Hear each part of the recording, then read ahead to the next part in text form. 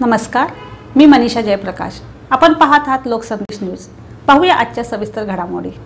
पंढरपूर तालुक्यातील विटे गावच्या एका शेतात मोकळ्या जागेमध्ये झाडीमध्ये अवैध हातभट्टी अड्ड्यांवर कारवाई करण्यात आली आहे। त्यामध्ये एकूण 400 लिटर हातभट्टी दारू, किंमत 40,000 रुपये, किंमत 1,800 लिटर गुळ मिश्रित रसायन 63,000 असे एकूण 1,03,000 रुपये किमतीचा मुद्देमाल आणि हातभट्टी दारू तयार करण्याचे साहित्य पंढरपूर तालुका पोलिसांनी जप्त केले आहे। सदर जागेच्या शेतमालकाविरोधात आणि दारू विकणाऱ्या व्यक्तीविरोधात पंढरपूर तालुका पोलीस ठाणे येथे गुन्हा दाखल करण्याची कारवाई सुरू आहे।